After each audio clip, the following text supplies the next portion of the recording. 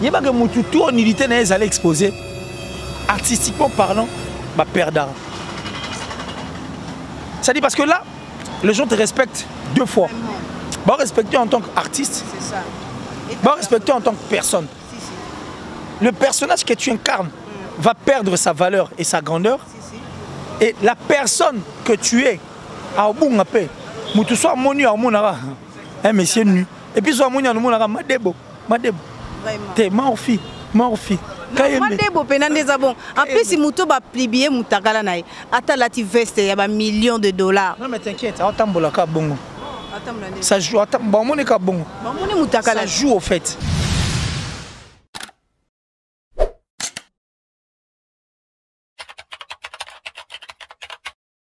Si nous ne sommes pas surpris, Moutaloba na Koufi. Voici qu'on pas bien babine était à des pena bongolo la vie à Koufi bache la morgue. Bon, soit longo et talo Koufa. Alinga longo na mokili. Alors on est venu dans le monde. Atika mokili quand les a bien. Après faire longo longo na caisse. C'est pas du nouveau, c'est pas aussi grave. Il y a rien de surprenant là. Berzé-moi. Abia ta musique a chiffonné, a outil a chiffonné. Est-ce qu'on a musique à repasser? Mais merci, tu dois aussi te repasser toi-même. Hein, parce que ça mérite ces repassages. Pour musique repasser, c'est un peu mouda repasser.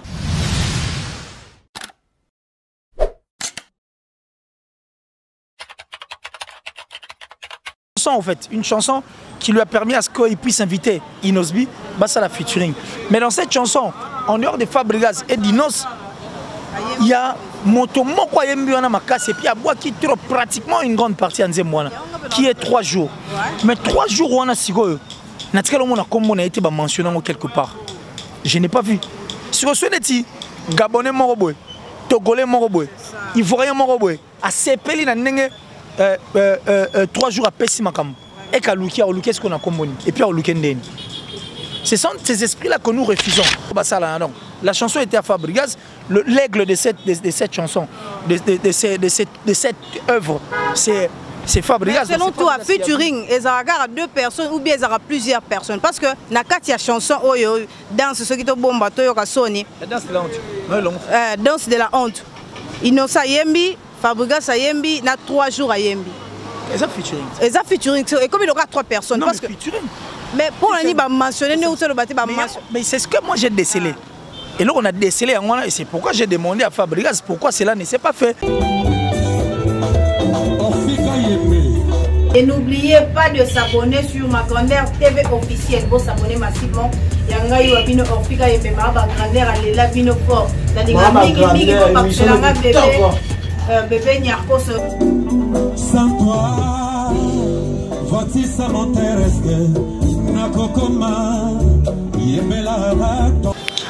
Bonjour, bonsoir, ça dépend de l'art que vous allez me capter. C'est votre humble servante Orfika Yembe, autrement dit Maman ba grandeur, Bakselanga Nasuka bébé Nyarkos, donc pourquoi pas aussi Lady Gaga de la presse congolaise. Dans mon émission Découverte, mes très chers fidèles téléspectateurs, n'écarte de Salarad ba découverte ba sujet d'actualité. Sujet où est Kangi Poto Kinshasa et Kangi Internet, union c'est Kangi YouTube. Hein, kota la ndeko na biso artiste na biso kiodo. Il y a qu'on se permettre qu'on se filmer yena moi si na madebo soi-disant sœur en Christ.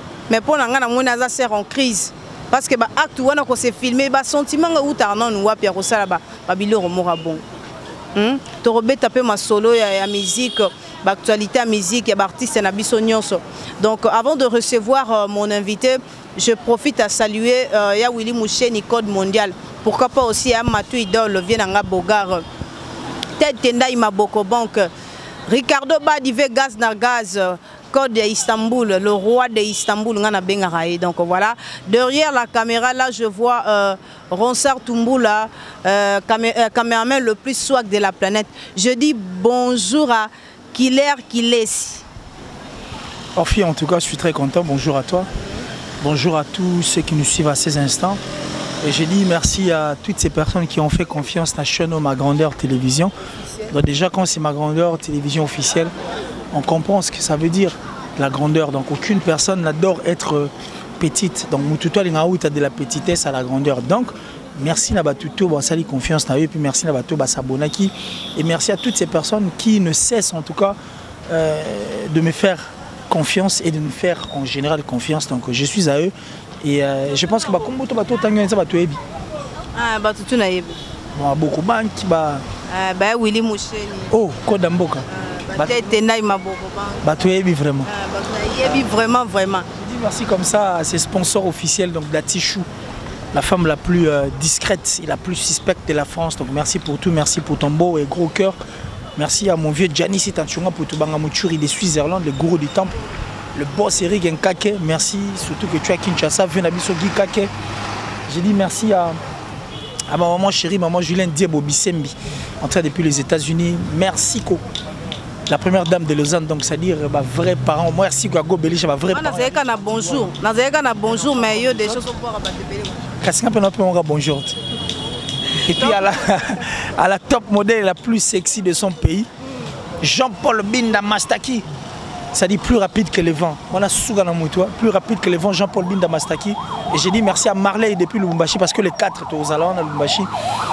Bien les retours assurés par Marley pour aller voir le concert d'Inosbi, qui est une star de notre pays. Et merci à tout le monde, si je les aime aussi de tout mon cœur. Hein. Donc voilà, on continue avec Killer Kilesi na question nabiso. C'est pour la toute première fois Orfika Yembenga ina yamba on émission nanga. Aussi la biso moi parenthèse ya vie na yo professionnel au bandaki ndeni ko adhérer na monde du journalisme otangelango oyeka na nenga cop nenge zala ravie mora bendio to se amora bendio o meka ko expliciter ba téléspectateurs na biso ba abonné na biso ma grandeur télévision ba comprendre aussi réellement. Je crois que Nzela mo ezala moulayi mingi so na expliquango. Bref, donc c'est depuis 2000. Donc ça fera 20 ans aujourd'hui depuis que je suis à la télé. Ouais. Radio Télékin Malebo. J'ai des amis, non? J'ai Alain Dele. Alain Nakuta Bango déjà avant, donc je crois 1 année ou 2 ans avant. Mais moi je suis arrivé en 2000 à la radio Télékin Malebo. À cette époque, notre directeur de programme était Pascal Amissi. À la direction des informations, on avait Charles Dimanja Wembi. À la direction générale, on avait Lumba Nakapasa. Nous avions eu Paul Madidi.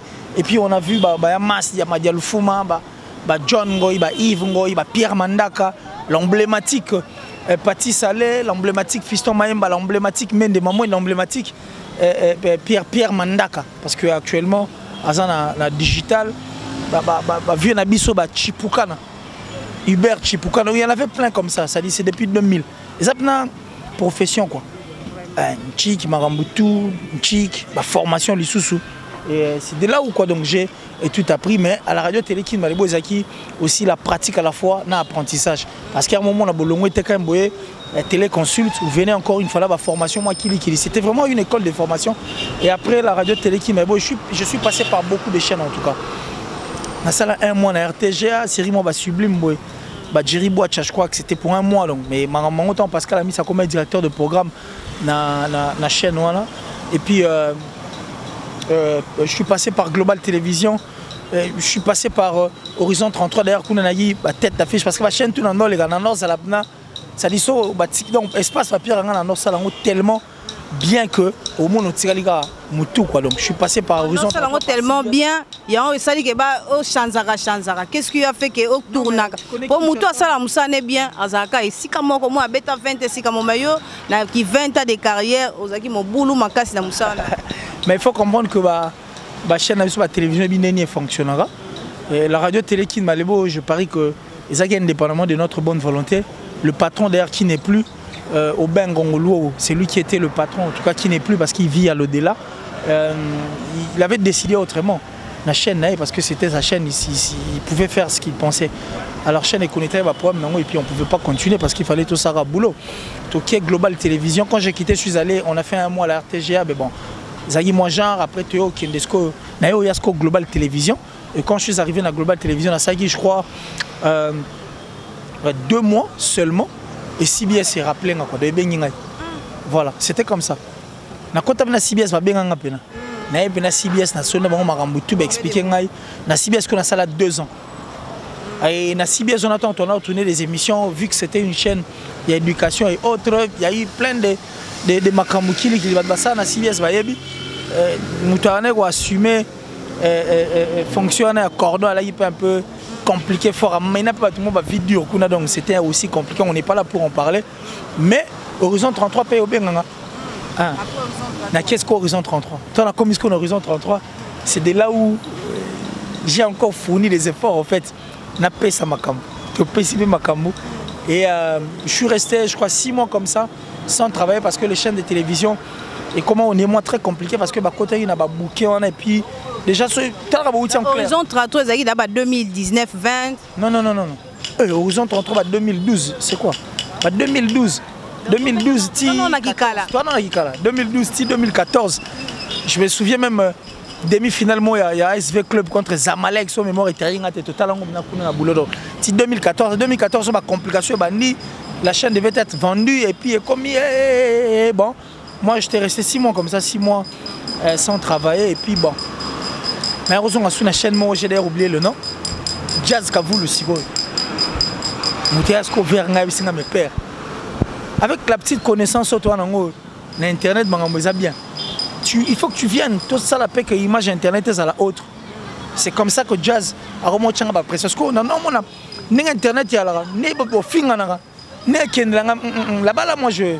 Ah ben non, faut pas suivre ça. On peut créer notre monde en fait. Pour créer mon monde, ça là bien. Je le regardais de loin, je refusais, mais à la fin du compte, je n'avais pas le choix. Mais quand même, on a se lancé là. Au début, c'était compliqué parce que tu comprends rien. Au salaire, et tu comprends rien parce que tu sens pas ce que tu fais. Voilà. Ça décourageait, mais on m'a dit, mais il faut foncer là. Bon, comme on a la liste, bateau baraba, quoi. Donc ça dit, moi je tiens. Et en tenant, je suis resté. Et aujourd'hui, merci à Dieu, parce qu'il a permis à ce que tous à la haute, et puis et permettre un peu qu'on ait une chaîne. Ça dit, j'ai une chaîne en ligne Killer sur télévision. Bandeko va s'abonner en tout cas, c'est Bandeko ma grande. S'abonner la chaîne là, chaîne comment on Killer sur télévision. Donc Killer sur TV. Donc comment on doit s'abonner quand on a donc Killer sur TV. Killer avec un seul L, TV donc Bandeko va s'abonner massivement, surtout Bandeko ma grandeur télévision. Nous officiel, tous ces bino, beau s'abonner, voilà quoi. Et puis on continue. S'abonner déjà, on a besoin de s'abonner déjà. C'est pas possible. Papa a besoin de Nyarkos. Nyarkos, ngache. On a idéologie à ma solo forme. Est-ce que tu as besoin de si vous êtes latin Zambala Versas? Besoin de besoin moi genre par rapport à la formule, il y a des systématique. Oh, vraiment. On est au Sakara comme moi. Il y a un enchaîneur qui a donné à cause. Donc, c'est que vous voulez accuser les parents de Ngache Nyarkos, Stervos Nyarkos. Tout le monde accuser Stervos Nyarkos, c'est un nom il y a à adopter à Zouangora. Mais c'est un nom, il y a Moutouma, je ne sais pas, si italien, je parle au moins de moi. Photo, le gars, Stervos Nyarkos. Allez, Moutouma, ma solo. Quand tu as Google, Obeti. Niar relaxi pena ba système à moi c'est que ba 4 ans bon on va bien so continue à Google obeti na recherche. Bref, on avance là, on change. OK, donc voilà, moi on change de lignée, donc voilà en huis clos. Donc voilà, ce qui est important, on parle de l'actualité. Tout le monde est Nabiso, artiste Nabiso, comédien, oh vraiment ça là ba succès fou à voyager un peu par-ci par-là dans le monde entier. Mais à se permettre, il y a que ça, la vidéo, Moroyena, n'habite sur sa moitié, biologique, sur femme légitime, pardon, sur sa femme légitime, n'a se filmer, n'a tout comme si ça la film porno, n'habite impression des anitans au monaki, vidéo, il y a Kyodo, ni, et puis il y a ça, donc n'habite, nga selenga na nzoto malili komona Kyodo ni na mwasi wana ba se balancer et puis azobela madebo na bwaka impression des akini. Ben, je crois qu'aucune personne n'est contente de voir sa nudité parce que la nudité, et c'est le mot sacré. Il y a d'ailleurs d'autres religions qui, généralement, la nudité. Avant, sur le face, sous-vêtements, pas se couvrir quoi, de façon comme on a noté. Donc c'est un truc qui est sacré. Et les enfants de Noé, moi on a maudit parce que à mon avis, nudité à perdre, vous comprenez. Donc c'est pour dire que nudité, c'est le mot sacré. Puis c'est le mot qui est sacré. Il faut danser la danse et la honte. Donc quand tu vois ça, il faut bon mana quoi. Et puis généralement c'est un truc qui fait peur quoi. Et puis tu as la autant qui sommes. Quand même quand même somme. Donc c'est quelque chose qui n'est pas bien en fait. Et puis s'il faut aller plus loin, en regardant Florian Massamba, Kyodo, de son sobriquet un nom sur scène, déjà en le regardant, au moins il y a que de soi comme il Florent Massamba, au douter fort quand nous avons retrouvé dans un scandale sexuel. Parce que c'est un monsieur très doux, on se parle bien, tout cela bien, tout le monde a tout cela bien, un monsieur très doux. Et quand il parle, tu sens qu'il a la précision. Et puis il a la détermination, l'objectivité, mon robot. Et on dit matin que de Nemdaro s'est retrouvé dans un scandale et puis que de pouvait aussi, parce que c'est le retour, non, mon athée. Mais vu que tout le monde est en haut, je parie que tout Baza très déçu, très déçu. Mais moi je crois que le sexuel, on a tout bien en intimité. Là où il y a l'intimité, soit c'est l'intimité familiale, au bande comme sous Zalaté, parce que mon obsèque, nous allons enterrer notre frère ou notre père dans l'intimité familiale. Rien que la famille n'est pas aux pour que assister à l'enterrement. Et puis, ceux qui sont encore plus loin, on verra que l'intimité, monsieur, ça peut dire que moi, sinon, c'est-à-dire pendant un moment, il y a moi, Jarre, donc tout ça, on a une intimité, mon repère. Oh, nous sommes entre quatre murs, on évite, même si on a du suel, on a fait le cas. Si on a place, on a fait boucher parce que vous avez peur. Peut-être que mon détracteur, moi, pour que le cas nuire bino. Mais je vois mal que l'autre ait une intimité, mais que les personnes qui viennent pour pas passer axe, mais ils s'emmènent avec une troisième personne ou un troisième objet qui pourra leur nuire dans les jours à venir. Et puis, objet, un objet très dangereux que nous appelons la police, un objet très dangereux qui fait peur, en tout cas le téléphone. Parce que le téléphone, qui chasse ça aux gens, moi, le téléphone, c'est un téléphone à Bisso. Soit tu as un tambulateur au banc, soit tu as un téléphone à Bisso. Mais la 4x4, tout peut arriver. Tout peut arriver. Et que le téléphone, ce téléphone, et ça, l'élément, le rôle là, c'est aussi un danger. Alors c'est là où moi je trouvais absurde. Comment vous venez pour fêter entre femmes et hommes, mais vous amenez un téléphone pour vous auto-filmer. Vous vous filmez pour quelle raison et pourquoi? Étant bon vous filmer, vous êtes déconcentré. Or, moment à fait, on est à la concentration. Quand vous passez à l'acte sexuel, vous devez être très concentré. Et puis comprendre ce que vous voulez faire. Parce que quand on regarde à côté, on est distrait. On ne sait plus gérer les sentiments de sa femme. Et on ne sait plus se gérer parce qu'on est déconcentré dans le salle. Automatiquement, on n'est pas là. Donc, c'est qu'on n'a pas bien fait ça avec sa femme. Or, quand on le fait sans pour autant de concentration, on dit que tout ça, concentré, puis on a permis à notre femme, à sa femme, en fait, de jouir. Si tu as peut-être mais il y a des flags par-ci, par-là, ici. Tout le monde a dit ça. Beaucoup de miroir, mais oui, il y a minene. Vous payez carrément une chambre parce que vous voulez vous voir. Comme ça, vous allez crier comme ça. Vous n'avez pas besoin de ça. Vous avez un miroir. Vous avez comme moi, Jarre, et puis donc, on a beaucoup de choses à faire pour éviter de se faire filmer. Alors, quand on se filme, il y a que tout en unité allait exposer, artistiquement parlant, perdre. C'est-à-dire parce que là, les gens te respectent deux fois. Bon, respecter en tant qu'artiste, bon, respecter en tant que personne. Le personnage que tu incarnes va perdre sa valeur et sa grandeur.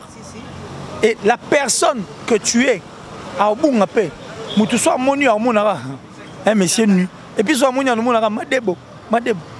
T'es morphi. En plus, si tu as plié, tu veste, il y a millions de dollars. Non, mais t'inquiète, ça joue. Ça joue au fait. Et puis, ça doit éviter en tout cas. Moi, je crois que je suis contre cela parce que depuis que cette année a commencé, cette année est une année maudite. Vraiment. Pour nous, parce que nous avions vu les nudités de soi-disant pasteurs, nous avons vu les nudités de soi-disant chanteurs, nous avions vu les nudités des musiciens, nous avions vu les nudités des sœurs. Et aujourd'hui, c'est dans le théâtre, parce que la dernière personne qui avait excellé dans le théâtre, Kalamine Kaka, maintenant c'est Kyodo qui va encore venir pour nous montrer cela. Je parie qu'il y a un néango et qu'il m'a bien pour nous. On est fatigué de voir ça. Mais tu as une spécialité. En plus, mais continuer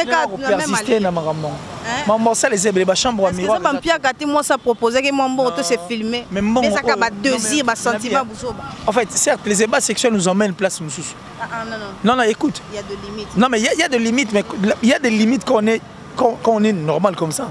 Mais quand on est en train de passer l'acte, par moment, on dit des choses qu'on ne peut pas dire normalement comme ça.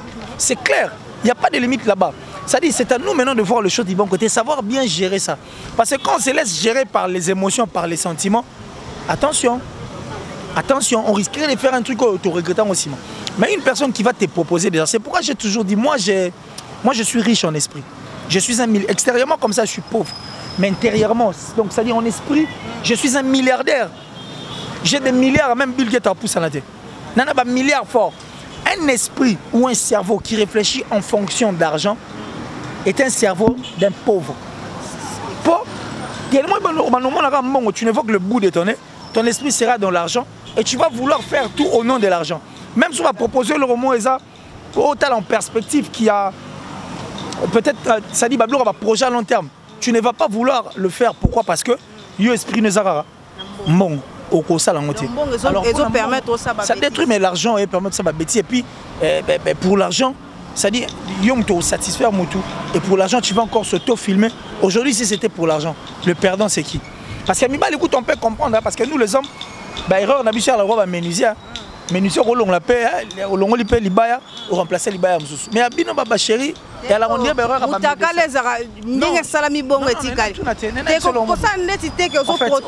ne protège rien. Je ne protège rien. Moi, si un douma, caleçon pété à moi si. Na caleçon pété à moi, il y en a une des arabes qui fait. Soit mon imam, et dans le monde actuel, il y a des mibali qui sont sambo na bango, na mibali qui sont aussi la balai. Obi que mibali batu la pe basala. Non mais justement, mibali ko la bali. Mais mobali, il y a de ces hommes qui auto ça la bango ni la sex tap mais n'est pas autant bon n'est pas. Ba mo mine à moi genre parce qu'avec le femme, erreur na bango on dirait erreur ba médecin. Quand un médecin oublie un ciseau, toi bossa ni le monde en zoto amutu. Ko passe là les ara délicat, on passe pe sur mutadai. Il y a un moment où on a passé nos soins amoureux, on a passé nos siligi, mais on a géré non. C'est ça au fait le femme avec les hommes. Donc moi c'est là, on bima, on est chez Bango Luki au monde est au vimani, mais ce que pense les années, attention à outil n'est pas job sous, mais l'essentiel à Kosora, soit Kosio, au moins on a monté qui tient après bon sinabino. Vous comprenez? Donc c'est ça au fait la femme. Danger à la plus, penzape côté nabino et puis dignité garapé à rapper bien.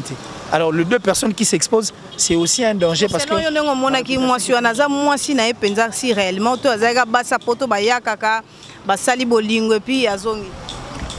non mais qui peut accepter Moutouma bon qui va mettre ses histoires à l'intérieur de toi et puis c'est bon on a 4 mais selon Barima Babi fille wana zaki marié Momi wana bon qui n'est là bon tu vois moi zaki moi c'est député à mère de 3 enfants.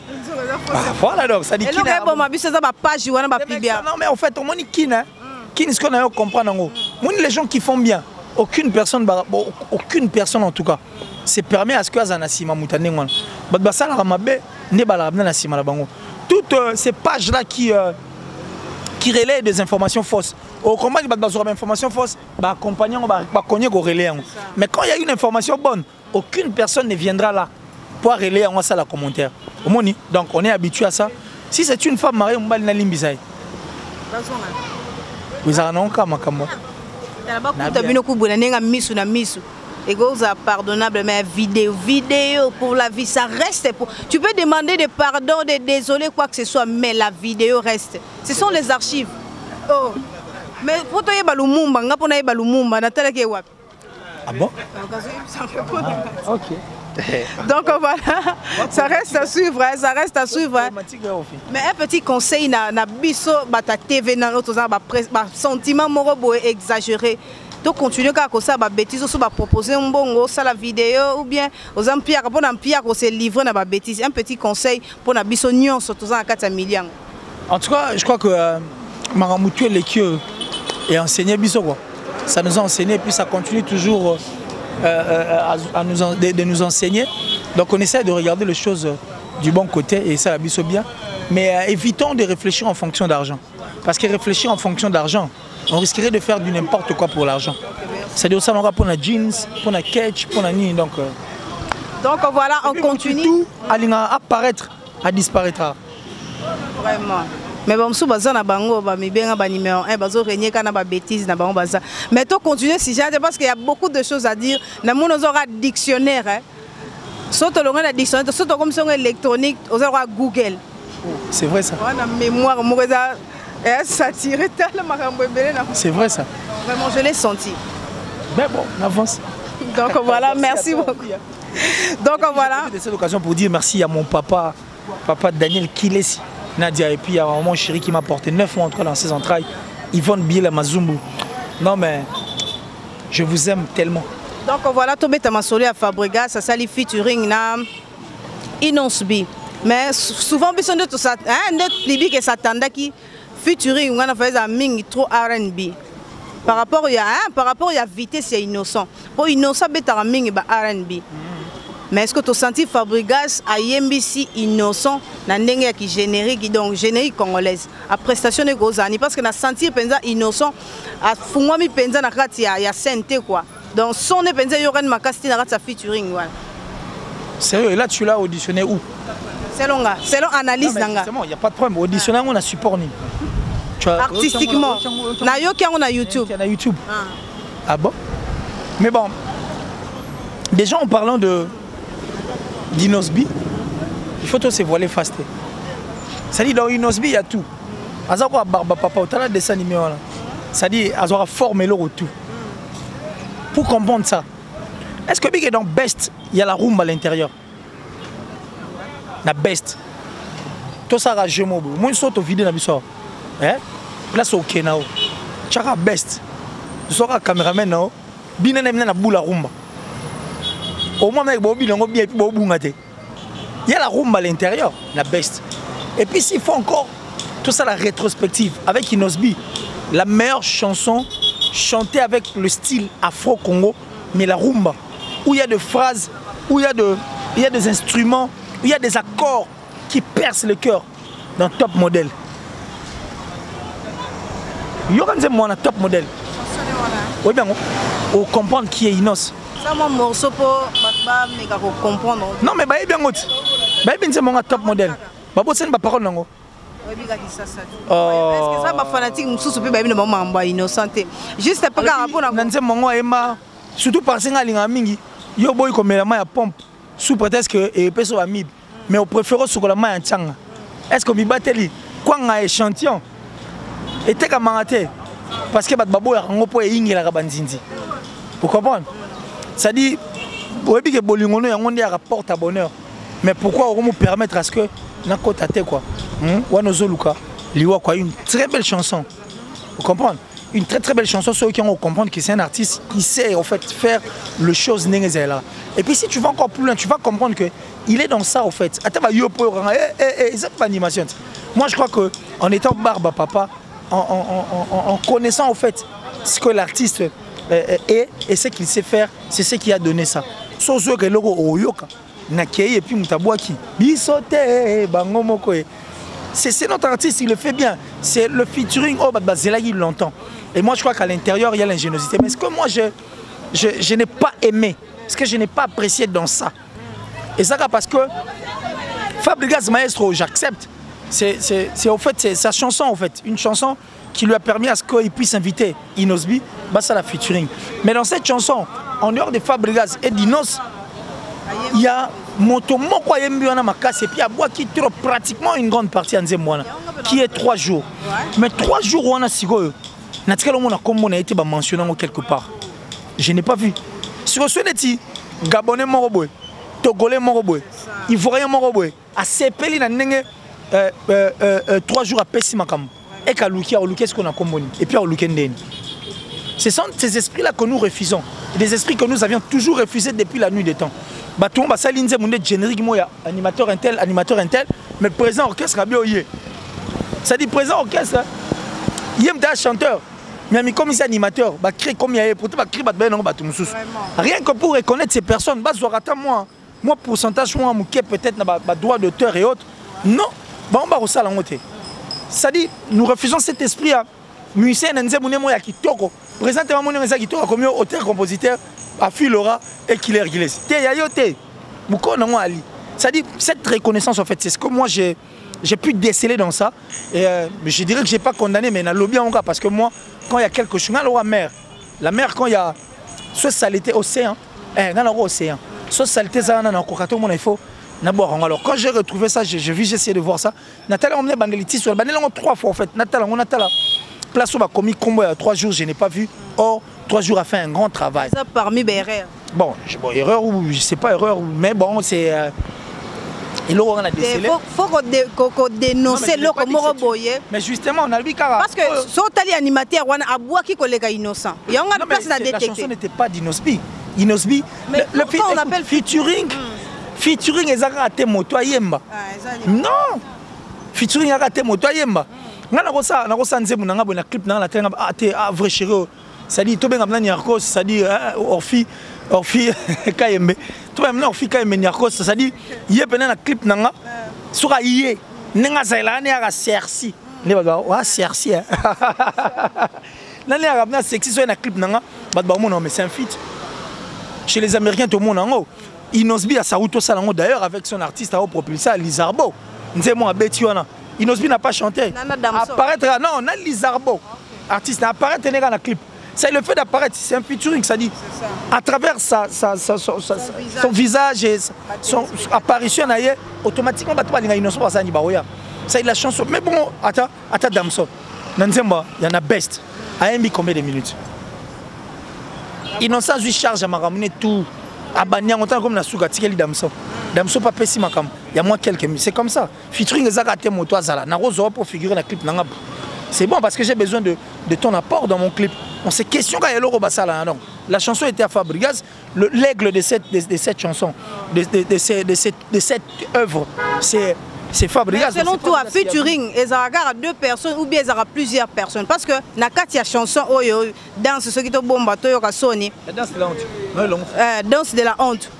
Innocent Yembi, Fabregas Yembi, il y a 3 jours à Yembi. Et ça featuring. Et ça featuring. Et comme il y aura 3 personnes. Non, parce mais que featuring. Mais pour l'année, mentionner, mais c'est ce que moi j'ai décelé. Et là on a décelé, et c'est pourquoi j'ai demandé à Fabregas pourquoi cela ne s'est pas fait. Mais il serait plus prudent et aussi plus gentil de le faire parce que et là qu'on a vu sur Europé ça makam. Et Europé ça parce qu'on sent qu'il y a la vie à l'intérieur. Étant donné qu'à ça les featuring avec une personne qui a un cœur d'un ambassadeur vrai. Ouais mais parce que Innocent quand il fait ses histoires c'est un cœur ouvert hein. Bah, il le fait vraiment qu'avec un cœur ouvert au sentiment. Les gens n'aiment pas la vérité. Quand tu dis la vérité, tu deviens impoli. Parce que soit tu n'as pas émission, ils n'ont pas fini au monde. Il faut répondre de la façon un politique sera qu'il faut pas finir tout droit. Mais à travers de tes réponses. Mais justement, j'ai essayé d'étudier. Moi, limite au pour Inosbi, j'ai compris qu'il fonctionne comme les Américains. Les Américains, ouais, mais il assume lui-même. Au moins, il n'a jamais été hypocrite. Hein. Lui n'a jamais été, il n'est pas comme les autres artistes et musiciens. Vraiment, mais si on a fini, pour détruire en bas. Mais au moins, Inosbi, on sait que c'est vraiment un Américain. Il assume, il assure. Il sait faire la différence entre la peur et le respect, en fait. Je ne te respecte pas non plus. Je ferai même le. Ça dit, plus que toi, quoi. On est des Bantous. Hein, non, mais non, il est réciproque le respect. Mamaki Bantou est réciproque. Soit toi Bantou, il y a un film. Oui, mais ça te sauve, on dit, sauve moi dans un solo. Faut arrêter. Faut arrêter. Tu me respectes, je te respecte. Tu me respectes pas, je te respecte pas. C'est clair, c'est clair. Donc au moins il sait faire la différence entre la peur et puis le respect. Tu respectes, il te respecte. Et puis quoi encore? Selon toi, Fabregas, il faut zonger super monteur, pas réalisateur, pas ça combo ou bien éthique à la bombe. Ce n'est qu'une proposition quoi. 3 jours, tout le monde attend comme 3 jours et ça la bien parce que à port on est bien à ma casse. C'est tout est bien quand même sous le Congo. Même sous le bambou comme sous le Bon, Lukaï Bani ça la moins genre. Mais bon, je te jure, hein, ils ont honte de danser la danse de la honte. Ils ont la honte. Tata innocent ta bois qui place. Tata innocent crée innocent côté. Donc vraiment félicitations à Fabregas, au maestro. Pour la danse de la honte, donc tout le monde il faut bomba bakoto neti ya damuna Eva ba bomba ba systématique. C'est pas possible. Oh, mais c'était ça. La danse c'est la honte. So même si tu reçois chance à ça en interview ka ke inspiration ou tagi ya damuna Eva. Pour ba on ba bomba ba tali bosoti. Bon moi to zongi na bon moi. J'ai honte. Donc voilà, c'est juste l'ambiance de l'émission. On continue avec Killer qui laisse ici. Tomoni héritier Watanabe a mis chanson désolé à s'excuser auprès des mamans comme Makamoto sur le villa ah il y a sex tap ah impression les akini ton qui chanson désolé et puis après la celle qui journaliste nga c'est micro balader à mon bandal to lexi micro pour ba maman et puis na ba jeune garçon bandimi na bango pardon héritier Watanabe et puis pour na yosiko yo mona qui chanson na et puis pardon héritier ou acceptant facilement ou bien comment. Bon, c'est un grand esprit héritier. Hein. C'est un grand esprit, c'est pas donné à tout le monde. Déjà au début, on a parlé de ma sextapa. Dans sextapa, on a retrouvé les pasteurs. Dans le scandale, vous comprenez? Et puis on a retrouvé les chantres. Dans le scandale, mais aucune personne d'entre elles a se permis de à la TV à se pardon. L'héritier, c'est un grand esprit. À côté studio, dans l'art, il y a tout un clip. Question seulement de montrer aux gens, ça dit sa désolation. Vous comprenez? Parce qu'il n'était pas, il ne l'avait pas fait exprès. Indépendamment de sa bonne volonté. Désolé pour ce qui s'est passé. Et puis, question de demander aussi pardon. Et c'est un grand esprit. Merci à Héritier. Moi, je l'ai adopté comme ça. Et la chanson, je l'auditionne régulièrement. Et ça, moi, désolation. Mais une chanson aujourd'hui qui n'a pas boîte ok. Tu vois les gens danser en couple. Je suis désolé. Ça permettre un peu. Bon, mais non, ça. Tu sais, mais permettre d'être une pomme, non, fille, désolé pour ça, chérie. On reprend notre amour, tu vois, on peut, voilà. Ça passe. Et puis, permettre de tout le monde, désolé, quoi. Donc, chacun ou chacune de ces personnes, qui n'a pas mais le moins, c'est à l'onglet qui va partir, à mon gars, qu'on a quantité. Désolé, je suis désolé pour ce qui s'est passé. On vit de m'isoler comme un mausolée, quoi. Toi, à ta côté, bien. Tu peux s'en pas autolinga. Message pas, quoi. Désolé. Désolé. Donc, bravo, héritier, merci. Et on espère que Mi-Ange Mi-Démon nous fera du bien. Nous attendons Mi-Ange Mi-Démon. On peut s'habiller sur Marambo. On a tout bien au rythme. Il y a Marambo et Zagouna na Kati. Chanson Mosso Boyoki wana. Déjà, désolé, ça va. Vraiment. Et décollage. Désolé, mais oh, carré. Carré. Donc voilà, selon toi, na ba mission congolaise ba mission congolais na biso so ba longwe na ba orchestre so ba se retirer auprès des leaders na bango. Balukaka toutefois kobimisa mabe ya ma leader na bango à travers un média. To mona ki awa Lacoste DJ Lacoste a publié que loro moko abi a regrettera jusqu'à présent pour nena la ki pembe ni mona na Weranson et loko a créé loro moko ya mabe. Je sais pas parce que Weranson a zoa ki parfum d'hiver a commissaire musicien na ya wenge musique à maison mère. Non mais que Weranson musicien na commissaire musicien il y a Lacoste commissaire musicien na il y a un autre qui est effacé, bien fait et cela ne peut pas effacer le bon moment qu'ils ont passé plutôt ensemble avec Weranson. Ça, je ne vois pas. Il n'y a aucune raison en tout cas là-dessus. Et je vois que c'est méchant en fait. C'est être très méchant. Certes, toi, humain, mais on ne peut pas en faire autant un problème comme ça. Et qu'il y a moins l'absamouké pour dire ça. Tout ça en rétrospective. S'il vous plaît la gamme. Bino à la Coste. Expliquez Bissonal.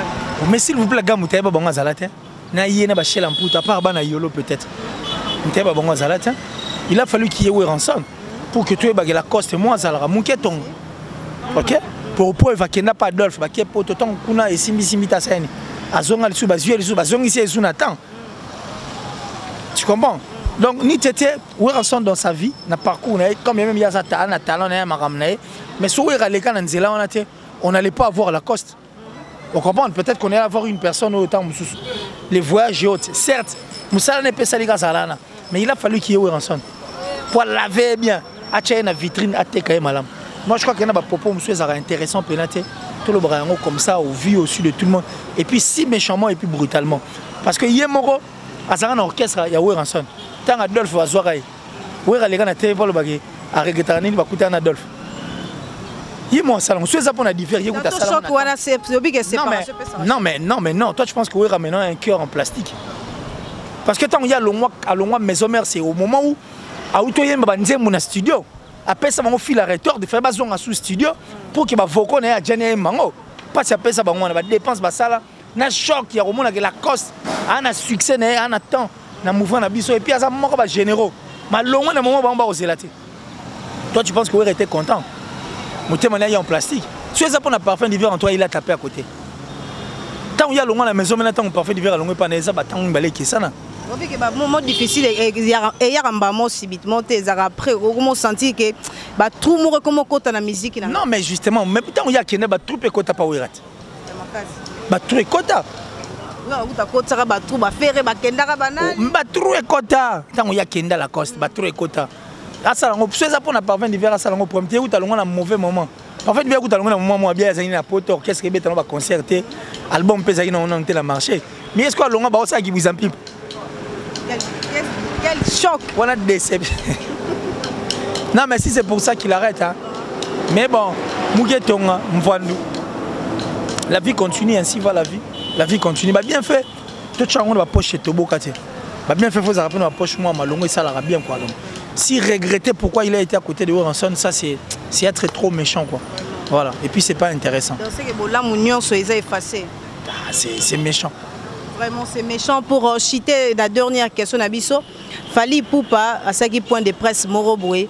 Mais na kati ba question ba poser qui est réponse là soulever qui leur mot qui vraiment très capital et bouger internet ya Saranate abi polémique ya musique et banda na wenge.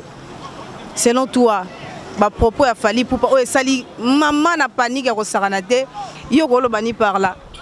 Oui série le Seigneur Taboulay, Seigneur Lei Basala featuring en fait un album avec Grand Maître Loma qui a dit bah où t'en as pas polémique Kalamboua qui les alarat nous on a assisté ici à Kinshasa moi je me souviens Club des Stars Babiandong à Choko il n'est plus il vit à l'au-delà mais ils ont un cadre à rouler manque de respect comme ça à Adamo na Club des Stars et on a Wenge Panzana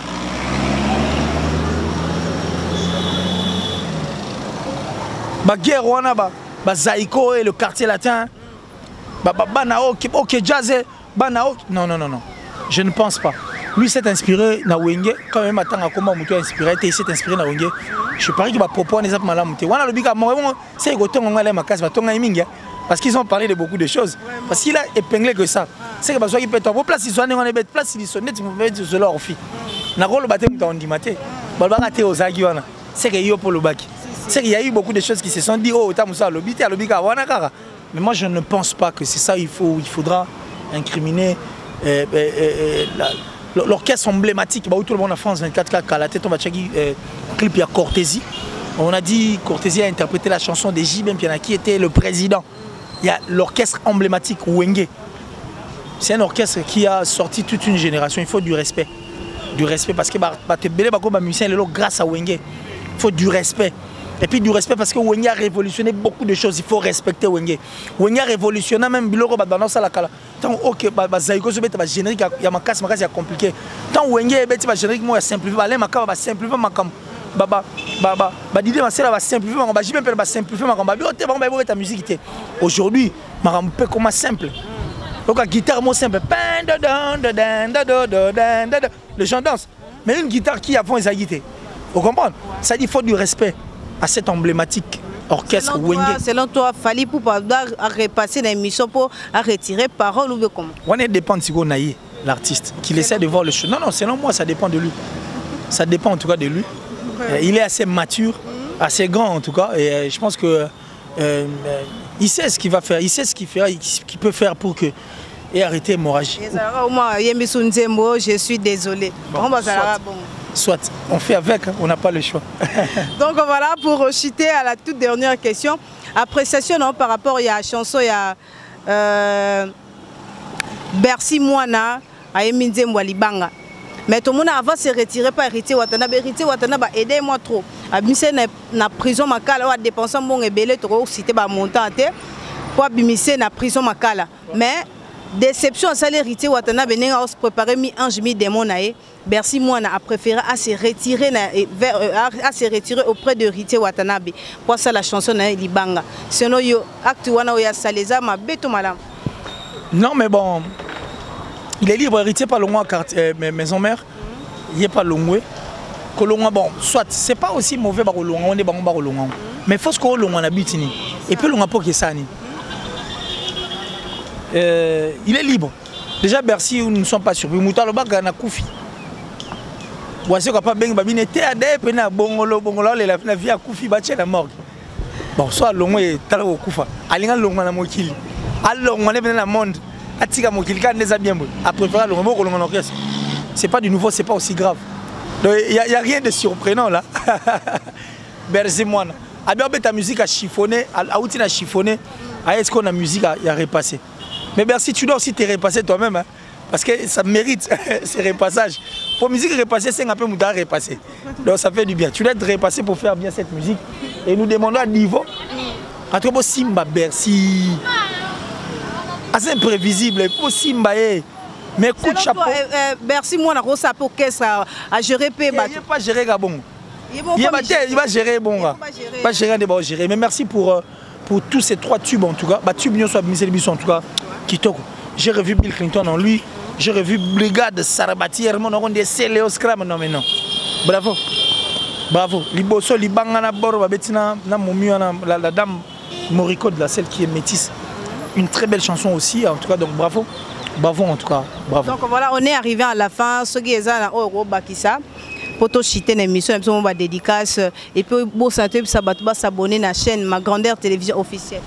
En tout cas, nous avons des autres qui sont oui, balance sur le match, match, pas. Bon, corrompre presque arbitre. Bon, corrompre arbitre, bon, corrompre les semaines, donc bon, corrompre tout.